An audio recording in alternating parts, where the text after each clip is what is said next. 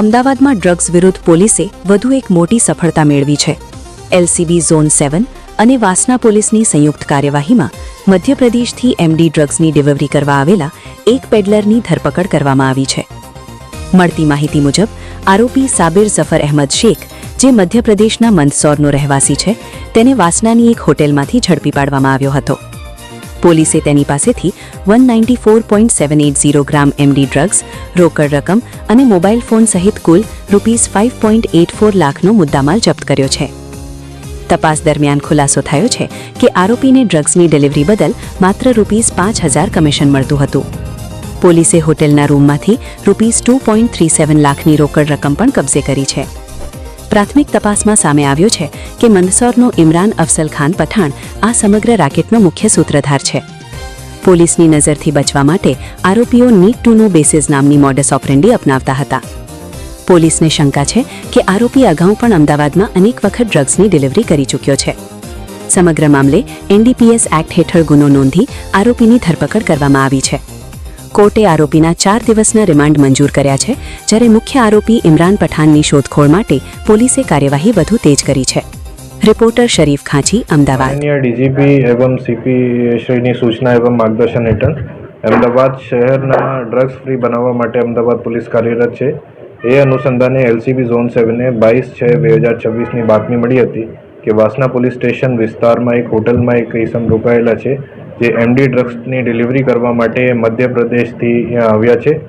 અને એ અનુસંધાને વાસના પોલીસ અને એલસીબી ઝોન 7ની ટીમે અહીંયા રેડ પાડી છે અને 2 સરકારી પંચોને રૂબરૂમાં ઝડપી કરતી દરમિયાન એને એક માદક પદાર્થ મેફેડ્રોન 194.780 ગ્રામ્સ એ મળ્યા છે અને એની સાથે 2,37,000 રોકડ મળ્યા છે અને એક મોબાઈલની પણ રિકવરી થયેલ છે, જે કરીને 5,84,380 રૂપિયાના મુદ્દામાલ રિકવર થયેલા છે।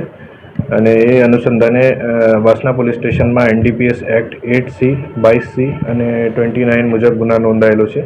એ જો ઈસમ છે એના નામ સાબિર ઝફર અહેમદ શેખ છે। એની ઉંમર 36 વર્ષની છે।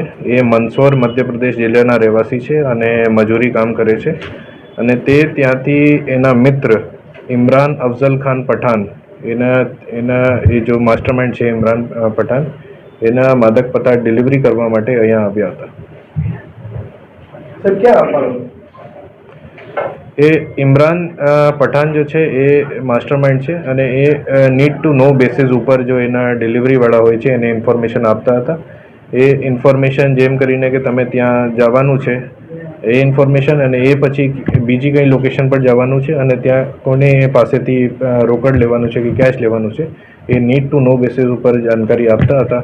અને અત્યાર સુધી એને હોટલમાં રોકાણ માટે જ ઇન્ફોર્મેશન આપી હતી અને કોને આપવાના હતા એ ઇમરાનને જ ખબર છે।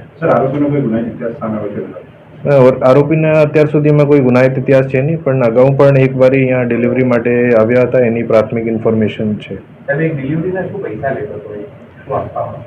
એ લગભગ 1,400 થી 1,500 રૂપિયા બ્લેક માર્કેટના પ્રતિ ગ્રામના રેટ છે અને એ જો સાબિર છે એના 5,000 રૂપિયા પર ડિલિવરી માટે મંદસૌરથી અહીંયા આવવાનું મળતા હતા। એને હોટલમાં એક બીજી પણ એન્ટ્રી છે, તો એક બાર અહીંયા પ્રાથમિક દ્રષ્ટિએ અહીંયા આવ્યા હતા અને બીજી પણ એની શક્યતા છે કે બીજી પર ત્યાં આવ્યા છે। એની તપાસ અત્યારે ચાલુ છે। ના, હોટલમાં એકદમ શાંતિથી અને ત્યાં આવ્યા હતા અને નીડ ટુ નો બેસિસ ઉપર એને ઇન્ફોર્મેશન મળતી હતી કે ક્યાં જવાનું હતું અને કોને ડિલિવરી કરવાની હતી। દર સ્ટેજ ઉપર નીડ ટુ નો બેસિસ ઉપર ઇન્ફોર્મેશન એને મળતી હતી અને ત્યાંથી એ રોકડ લઈને મંદસૌર પરત જવાનું એનો ઈરાદો હતો।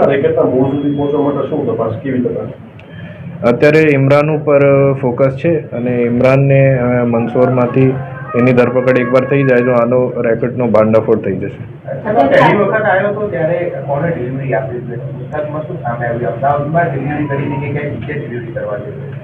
એ દિશામાં એને પૂછપરછ જારી છે। અત્યારે 4 દિવસની રિમાન્ડ એની મળી છે।